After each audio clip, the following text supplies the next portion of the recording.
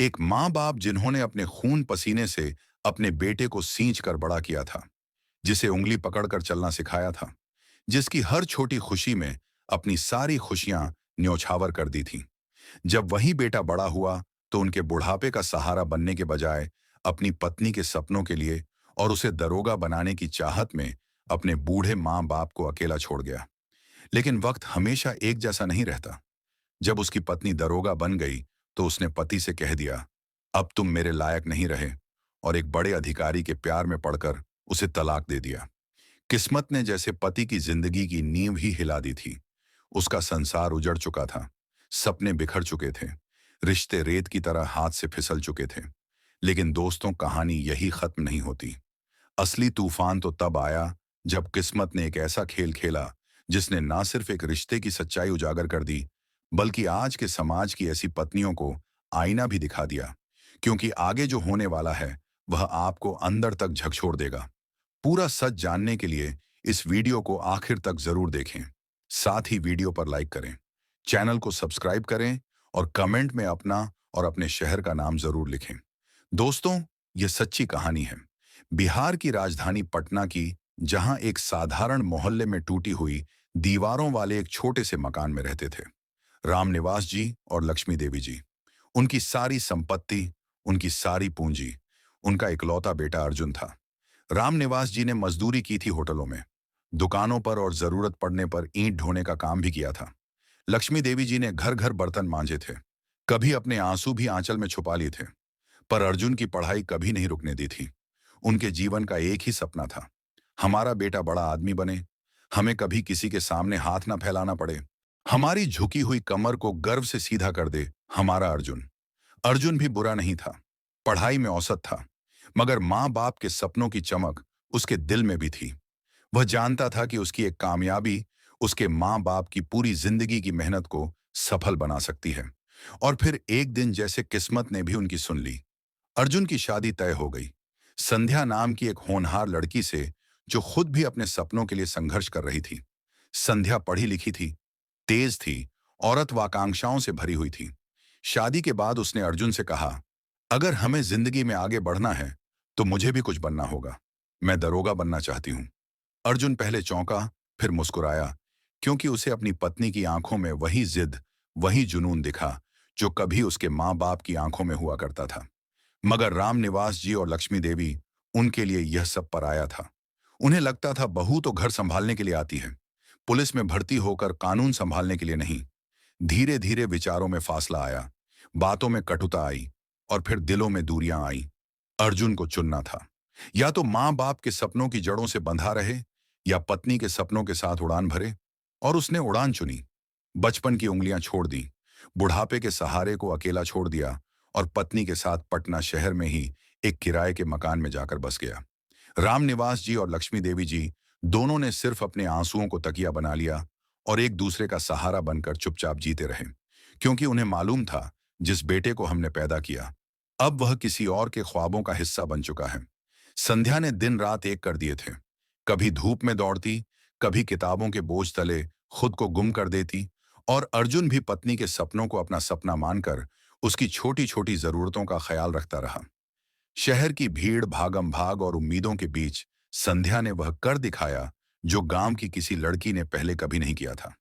वह दरोगा बन गई, और पुलिस की वर्दी पहनते ही उसकी आंखों में एक नई चमक थी, चेहरे पर एक नया गर्व था, और चाल में एक ऐसी तेजी थी जो अब किसी के भी सहारे की मोहताज नहीं थी। अर्जुन ने सोचा था, संध्या दरोगा बन गई है तो अब हमारा जीवन भी खुशियों से भर जाएगा।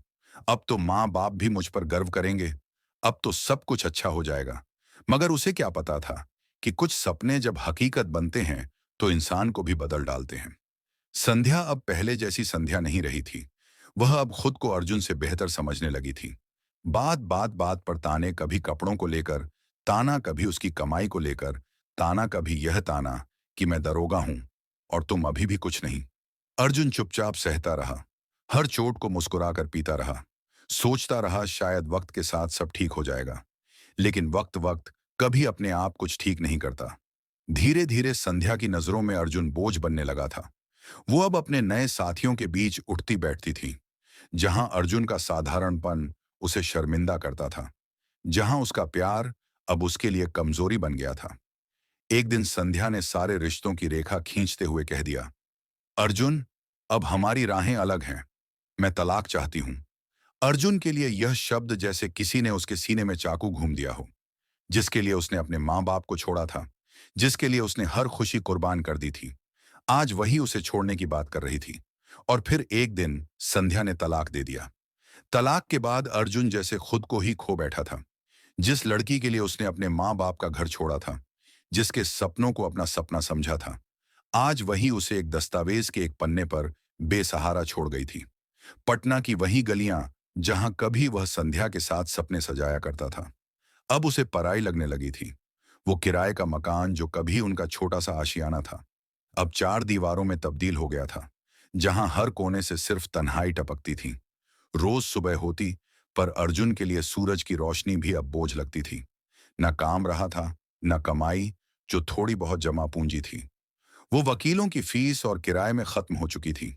अब कभी कभी वो पटना की सड़कों पर यूं ही भटकता, कभी किसी चाय की दुकान के कोने में बैठकर खाली निगाहों से दुनिया को चलता हुआ देखता। कोई उसे पहचानता भी नहीं था, और वह भी किसी से पहचान कराने लायक नहीं बचा था। तन अकेला था, मन टूटा हुआ था, और आत्मा शर्म से झुकी हुई थी। सबसे बड़ी चोट तो तब लगी जब एक दिन मकान मालिक ने भी घर खाली करने का नोटिस पकड़ा दिया। भैया, आप किराया नहीं दे रहे हो, निकलना पड़ेगा। अर्जुन उसी रात अपने पुराने कपड़े और कुछ किताबें समेट कर निकल पड़ा। सड़क पर चलते हुए उसकी आंखों में सिर्फ एक ही सवाल था, अब कहाँ जाऊं, किसके पास जाऊं? माँ बाप जिन्हें वह खुद छोड़ आया था, जिन्हें उसने बिना एक बार पीछे मुड़े भुला दिया था, क्या वो अभी उसे अपनाएंगे? उसकी आत्मा इस सवाल से कांप रही थी। पांव चलते थे, मगर दिल रुकता था। आंखों से शर्म के आंसू बहते थे, पर अंदर एक उम्मीद भी थी। अगर दुनिया छोड़ भी दे तो माँ बाप शायद माफ कर दे। अर्जुन अब खुद से लड़ रहा था। सड़क किनारे बैठकर अपने बीते हर पल को याद कर रहा था। कैसे एक वक्त था जब उसकी हर छोटी खुशी पर माँ मुस्कुराती थी, कैसे बाप ने अपनी जवानी तक बेच दी थी उसके लिए, और कैसे उसने सब कुछ सिर्फ एक सपने के पीछे कुर्बान कर दिया। वह सड़क पर बैठा एक टूटी हुई खिलौने जैसी जिंदगी लेकर बस माँ बाप के आंगन की ओर लौटने के लिए हिम्मत जुटा रहा था, क्योंकि उसे अब समझ आ गया था, दुनिया चाहे जितनी भी ऊंची उड़ान दे दे, गिरने पर संभालने के लिए बस माँ बाप के ही हाथ होते हैं। और फिर हिम्मत करके अर्जुन थके पावसी उसी मोहल्ले में वापस लौटने लगा, जहां वो कभी अपने माँ बाप के साथ खेला करता था, और जहां एक वक्त था जब वो इस मोहल्ले को अपनी पूरी दुनिया समझता था, जब वह खुद को सबका राजा समझता था, क्योंकि उसके पास माँ बाप थे। वही आज वह अपने ही घर जाने से डर रहा था। खैर, अर्जुन के भारी कदम उसके माता पिता के घर तक पहुंची, जिसे वह पत्नी के लिए कभी छोड़ आया था। अर्जुन ने हल्के धक्के से दरवाजे को खोला। सामने रामनिवास जी और लक्ष्मी देवी जी बैठे हुए थे, जैसे हर रोज की तरह अपनी तन्हाई में। रामनिवास जी का चेहरा थोड़ा मुरझाया हुआ था। लक्ष्मी देवी जी की आंखों में वही गहरी उदासी थी जो पिछले कई सालों से बस गई थी। पर बेटे पर नजर पड़ते ही दोनों एक पल के लिए सन्न रह गए, और उन्हें लगा जैसे उनका बेटा लौट आया हो। अर्जुन, रामनिवास जी ने धीरे से कहा। उनकी आवाज में एक अजीब सी नमी थी। अर्जुन ने सिर झुका लिया। उसकी आंखों से आंसू बह रहे थे। वह चाहकर भी अपनी भावनाओं को शब्दों में नहीं बदल पा रहा था। माँ बाबूजी, उसकी आवाज लड़खड़ाई, मैंने आपको बहुत दर्द दिया, लेकिन अब मैं टूट चुका हूं। अब मुझे आप ही की जरूरत है। आप ही के पास लौट कर आया हूं। मुझसे बहुत बड़ी गलती हुई है। लक्ष्मी देवी जी ने उसे अपने गले से लगा लिया। वह भी रो रही थी। अपने बेटे को फिर से अपने पास पाकर वह सब कुछ भूल चुकी थी, और सिर्फ अपने बेटे को अपने सीने से लगाए हुए थी, जैसे वो बच्चा ही हो। और फिर कहीं, हमने तुझे कभी नहीं छोड़ा बेटा, तू हमारे पास हर वक्त था। तूने जितना दर्द दिया उतना ही प्यार किया। हमने तू जितनी भी दूर गया, हम हमेशा तुझे अपने दिल में ही रखते थे। रामनिवास जी चुपचाप अपनी पुरानी कमजोरी से लड़ते हुए अर्जुन के सिर पर हाथ फेरते रहे। बेटा, हम कभी तुझे दूर नहीं कर सकते। हम तुझे छोड़ने के लिए पैदा नहीं किए थे। तू हमारा सपना था, और आज तू जब लौट आया तो हमारे सपने पूरे हो गए। अर्जुन ने अपनी आंखों से आंसू पोंछे। उसने महसूस किया, इंसान चाहे कितनी भी ऊंचाइयों तक क्यों ना पहुंच जाए, कभी ना कभी उसे नीचे गिरने का सामना करना पड़ता है। और जब वह गिरता है तो उसके पास वही लोग होते हैं जिन्होंने उसे कभी बिना शर्त के प्यार किया था। यही सच्चा प्यार है, यही सच्ची ताकत है। लेकिन उधर जहां एक तरफ अर्जुन अपने माँ बाप के आंचल में सुकून पा रहा था, वहीं दूसरी तरफ संध्या की जिंदगी उस बुलंदियों से फिसलती चली जा रही थी जहां कभी उसने खुद को बहुत बड़ा समझा था। दरोगा बनते ही संध्या ने अर्जुन को छोड़कर एक बड़े ऑफिसर की चमकदार दुनिया में अपने सपने बुनने शुरू कर दिए थे। उसे लगा था अब अर्जुन जैसे साधारण इंसान की उसे कोई जरूरत नहीं। अब वह उस बड़े अफसर के साथ जिंदगी बिता सकती है। लेकिन वक्त का खेल भी अजीब है। जिस ऑफिसर के लिए उसने अपना घर, अपना पति, अपना सब कुछ कुर्बान किया था, जब उसने उस ऑफिसर से शादी करने की बात की, तो ऑफिसर ने साफ साफ कह दिया, मैंने तो तुम्हें सिर्फ वक्त काटने के लिए इस्तेमाल किया था। शादी का ख्वाब मत देखो। संध्या को जैसे आसमान से जमीन पर गिरा दिया गया था। उसका घमंड, उसकी अकड़, उसके सपने सब चकनाचूर हो गए थे। लेकिन जब उसने उस ऑफिसर को बार बार परेशान करना शुरू किया, उसे शादी की जिद करने लगी, तो उस ऑफिसर ने अपने रसूख का इस्तेमाल करते हुए उसे एक फर्जी केस में फंसा दिया। संध्या पर आरोप लगा दिया गया, घुसखोरी का, भ्रष्टाचार का, और फिर कोर्ट कचहरी के चक्कर काटते हुए संध्या की वर्दी भी उतर गई। उसकी इज्जत भी चली गई और उसके पास बचा सिर्फ पछतावा और तन्हाई। और आखिरकार जब सब कुछ छीन गया, तो संध्या वही संध्या जिसने अर्जुन को एक कागज के टुकड़े से जुदा कर दिया था, वो लौट कर अर्जुन के दरवाजे पर आई। वो फूट फूट कर रोने लगी। अर्जुन, मुझसे बहुत बड़ी गलती हो गई। मुझे माफ कर दो। मेरी जिंदगी तबाह हो गई है। अब सिर्फ तुम ही मेरा सहारा हो। लेकिन इस बार अर्जुन का चेहरा बिल्कुल शांत था। उसकी आंखों में ना गुस्सा था, ना दर्द। बस एक गहरी ठंडी उदासी थी जो सब कुछ कह रही थी। अर्जुन ने उसे देखा और बहुत धीमे लेकिन दृढ़ शब्दों में कहा, संध्या, जिस दिन तुमने मुझे छोड़ा था, उस दिन मैंने तुम्हें माफ कर दिया था। लेकिन अब मैं तुम्हें वापस अपनी जिंदगी में नहीं ले सकता, क्योंकि अब मैंने अपने माँ बाप की छाव में वह सुकून पा लिया है जिसे छोड़कर मैंने दुनिया की सबसे बड़ी गलती की थी। अब मैं फिर से किसी धोखे की जिंदगी नहीं जी सकता। अब मेरा सम्मान, मेरा आत्मसम्मान मेरे लिए सबसे बड़ा है। संध्या फूट फूट कर रोती रही, जमीन पर गिरकर माफी मांगती रही।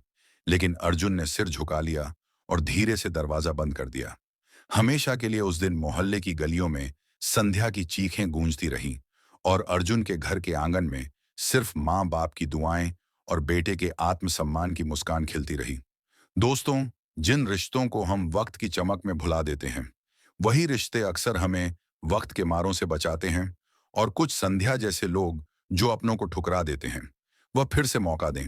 यह जरूरी नहीं होता। दोस्तों, अब सवाल आप सभी से है। अर्जुन ने संध्या को वापस अपनाने से इनकार कर दिया। क्या आपको लगता है कि अर्जुन का फैसला सही है? और संध्या जैसी शादीशुदा महिला के साथ जो कुछ भी हुआ, क्या वह आज के समाज की एक कड़वी सच्चाई नहीं है? अपना जवाब नीचे कमेंट में अवश्य लिखें। यदि आपको यह कहानी पसंद आई हो, तो वीडियो को लाइक करें और हमारे चैनल को सब्सक्राइब करना ना भूलें। मिलते हैं अगले वीडियो में एक नई, सच्ची और दिल छूने वाली कहानी के साथ। जय हिंद, जय भारत।